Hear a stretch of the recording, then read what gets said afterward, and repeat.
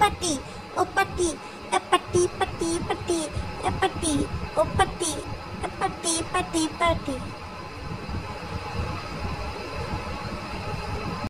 है सेलिब्रेशन, नाचो धनाधन, म्यूजिक बजाओ, कह दो ये सबसे, आज की पार्टी पप्पी की तरफ से, आज की पार्टी पप्पी की तरफ से, लीचू को बोलो गच से उतर से, आज की पार्टी पप्पी की तरफ से, डांग डांग टुकुर टुकुर, টাং টাং টুকুর টুকুর, টাং টাং টুকুর টুকুর, তিন টেনে দেন দিতেন টেনেন।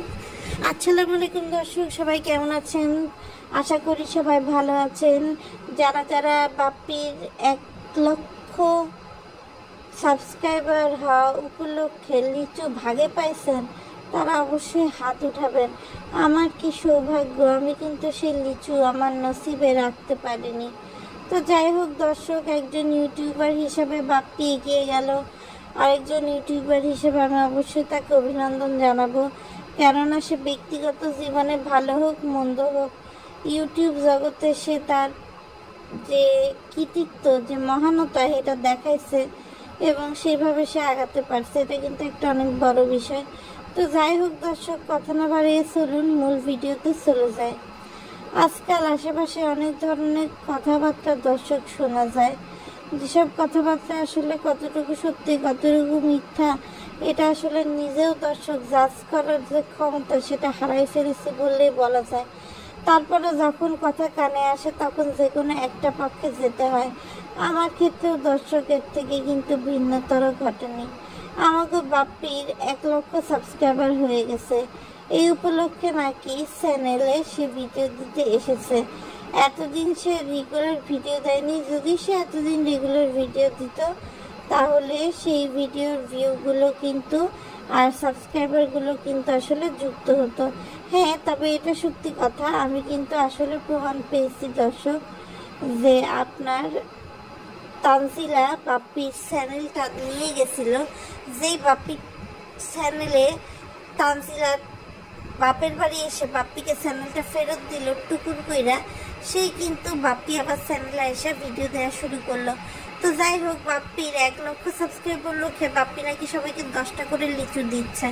আমি এটাকে আসলে অ্যাপ্রিসিয়েট করবো যে সে তার গাছের লিচু বিল আছে, এটাই বা কম কিসের।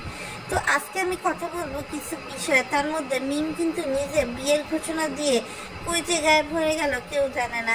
হ্যাঁ, তবে আমরা বাবুর কিছু ভিডিও দেখতে পাচ্ছি বাবুর ভাইয়ের চ্যানেলে আর হচ্ছে আপনার শারমিনের চ্যানেলে, যে বাবু একদম রিক্সার উপর তুয়াক্কায় বসে সে হচ্ছে ঘুরতে যাইতেছে।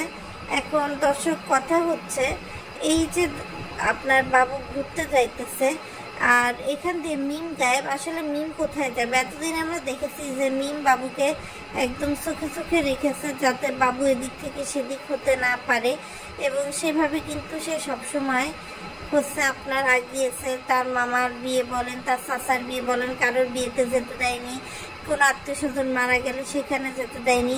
মিম আজীবন চেয়েছে সে যেমন করে উঠাবে তেমন করে হচ্ছে উঠবে, এবং যেমন করে বসতে বলবে তেমন করে বসবে, এরকম একটা ব্যাপার স্যাপার। তো বাপ্পি সাহেবের আজকে 1 লক্ষ উপলক্ষে বাপ্পি তার পুরাতন স্মৃতিচারণ করেছে। বিশ্বাস করবে না দর্শক, বাপ্পির এই স্মৃতিচারণ শুনে আমি হাসবো কি কাঁদবো প্রথমে বুঝতে পারতেছিলাম না।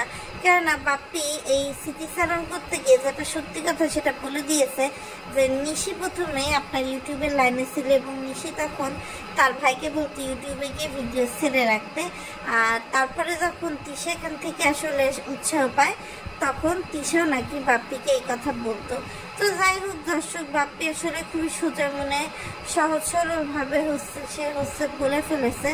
তো যাই হোক দর্শক, এইটা মূল কথা না। মূল কথা এবার আসি হচ্ছে বাপ্পি কিন্তু আবার শ্বশুর বাড়ি যাচ্ছে, অর্থাৎ বাপ্পি কিন্তু আগামীকালকে অর্থাৎ রোজ বৃহস্পতিবার সে কিন্তু এই যে তার গাছের যে লিচুগুলো ছিল সেগুলো পাড়ায় নিয়ে তারপরে হচ্ছে সে যাচ্ছে হচ্ছে আপনার তার শ্বশুরবাড়ি পদ্মার চারে।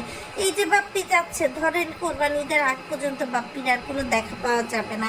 যদিও বাপ্পি এখন অনেকগুলো বাহানায় আসলে তিশার বাপের বাড়ি আসতে রাজি হয়েছে, যেমন ধরেন দর্শক মিমের বিয়ে, সাবিনার বাচ্চাটাকে দেখা।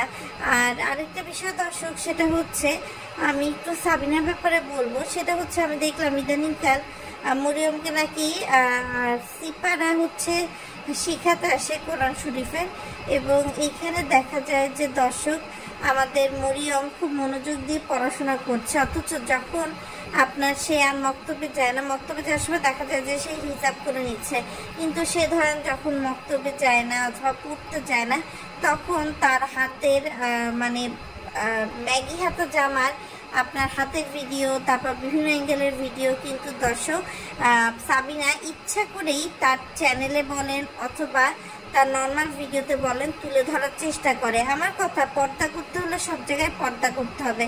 আমি এক জায়গায় যদি খোলা রাখলাম আর বাকি জায়গাগুলোতে পর্দা করলাম, তাহলে তো দর্শক হবে না, তাই না? সাবিনার কিন্তু এই জিনিসটা বোঝার একটা বিষয় আছে। সাবিনা এখন ভাব দেখাচ্ছে যে বহুদিন পর সে তার রুটিনের মতো জীবনে ফেরত এসেছে। আসলে দর্শক, রুটিনের মতো জীবনে ফেরত আসার কিন্তু কিছুই নেই, কারণ আমরা দেখছি আরিফ যতটা বেশি খেয়াল আপনার মরিয়মের করছে, তার কানাকড়ি একটা খেয়ালও আমি দেখিনি আরিফের তার নতুন বাচ্চার প্রতি। আরেকটা বিষয় না বললেই না, বাপ্পির কিন্তু আমূল পরিবর্তন হয়েছে দর্শক এই 4 বছরে। যদি আপনারা ভালো করে খেয়াল করেন, বাপ্পি কি করে একটা ভালো মানুষ থেকে একটা মিচকা শয়তান হয়ে উঠলো, সেইটার বায়োগ্রাফি হিসেবে আমার মনে হয় যে আপনার নিজের চ্যানেলে এসে এভাবে না বলে আপনার আলাদা একটা চ্যানেল খুলে নিজেকে সেলিব্রিটি হিসেবে পরিচয় দিয়ে বাপ্পির বলা উচিত। তবে এই কথা সত্যি, ফাতেহা নাজনীন যে পাপ করে বাপ্পি এবং বাপ্পির শ্বশুরবাড়ির ফ্যামিলিকে ইউটিউবে নিয়ে এসেছে, এটা কিন্তু আসলে বলা বাহুল্য না। তবে যাই হোক, আরেকটা বিষয় না বললেই না, সেটা হচ্ছে বাপ্পি নাকি জানে না যে আসলে ইউটিউবে আপনার কতটুকু সাবস্ক্রাইবার হলে কি কি বাটন পাওয়া যায়। সে বলতেছে প্লে বাটন থাকে, সেই প্লে বাটন সিলভার হয়, রুবি হয়, গোল্ডেন হয়। আমি এতদিন ডায়মন্ড আর প্ল্যাটিনাম শুনছিলাম, আমি নিজেও আসলে রুবি সম্পর্কে জানি না, আর জানবো কি করে? আপনারা যে কম পরিমাণ আমাকে সাপোর্ট করছেন, এই সাপোর্ট আসলে কোনোভাবেই কোনো জায়গায় পৌঁছানো সম্ভব না। তো এই জন্য আপনাদের কাছে অনুরোধ থাকবে বেশি বেশি করে ভিডিওটা দেখবেন, ভালো লাগলে অবশ্যই শেয়ার করে জানিয়ে দেবেন। তো যাই হোক দর্শক, আমাদের তানজিলা কিন্তু চলে এসেছে এই লিচু খেতে, এবং তানজিলার তো আবার জানেনি আসিফকে ছাড়া ভাল লাগে না। না, বিয়ের আগের আসিফের কথা বলছি না দর্শক, আমি বলছি বিয়ের পরের আসিফের কথা।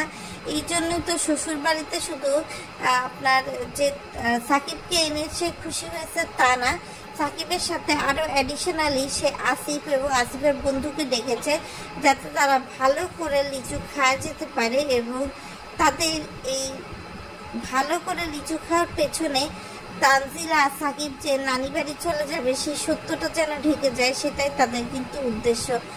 এখন দর্শক, আমার সাদা মনে কালো একটা প্রশ্ন হচ্ছে, মিমের বিয়েটা আসলে কোথায় হচ্ছে? ঢাকায় হচ্ছে নাকি বাপ্পির শ্বশুর বাড়িতে হচ্ছে? আর যদি সেটা ঢাকাতেই হয়, তাহলে বাপ্পিরা ডিরেক্ট ঢাকায় না এসে কেন পদ্মার চর হয়ে আসছে?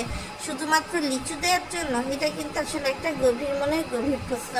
আর একটা বিষয় না বললেই না, সেটা হচ্ছে আমাদের তিশার কথা। আমাদের তিশা কিন্তু অনেক জিনিস বোঝে, অনেক জিনিস জানে, কিন্তু সে ভাব এমন দেখায় যে সে আসলে ভাজা মাছটা উল্টে খেতে জানে না। আর এই ধরনের মানুষ থেকে কিন্তু আসলে আমাদের খুবই সতর্ক থাকা উচিত দর্শক। তো আজকের ভিডিওটা দর্শক এই পর্যন্তই। যদি আপনাদের কাছে ভালো লেগে থাকে তাহলে অবশ্যই লাইক শেয়ার কমেন্ট করে জানিয়ে দেবেন। ব্যাপারী পরিবারের সবাই কিন্তু দর্শক ইউনিক। এই যে কয়দিন আগে তানজিলার জামাই, তারপর মামি শাশুড়ি, মামির 2 ছেলে মেয়ে সবাই মিলে চলে গিয়েছিল হচ্ছে তার যে চাচি শাশুড়ি তার বোনের বিয়েতে, এবং সেইখানে গিয়ে তারা পুরো পরিবার 5-6 বেলা খেয়ে এসছে, অথচ একটা সস্তা 650 টাকা দামের ব্লকের শাড়ি দিয়ে এসছে। এবং তারা এরপর এমন লজ্জা পাইছে যে কারণে সেই অনুষ্ঠানে বৌভাতে কিন্তু যাওয়ার আর প্রয়োজন মনে করেনি। হঠাৎ করে স্ক্রিপ্টটা চেঞ্জ করে সেই স্ক্রিপ্টে লিখে দিয়েছে যে এখন হচ্ছে তারা বাপের বাড়ি যাবে, বাপের বাড়ি গিয়ে লিচু খাবে, তালের বিচি খাবে, এইসব। তো যাই হোক দর্শক, এটা আজকে এ পর্যন্তই আপনাদের সাথে কথা বললাম। আপনাদের যদি ভিডিওটা ভালো লেগে থাকে অবশ্যই লাইক কমেন্ট শেয়ার করে পাশে থাকবেন। আর মিমের বিয়ের ধামাকা দেখার জন্য, নতুন নতুন তথ্য জানার জন্য আমাদের চ্যানেলে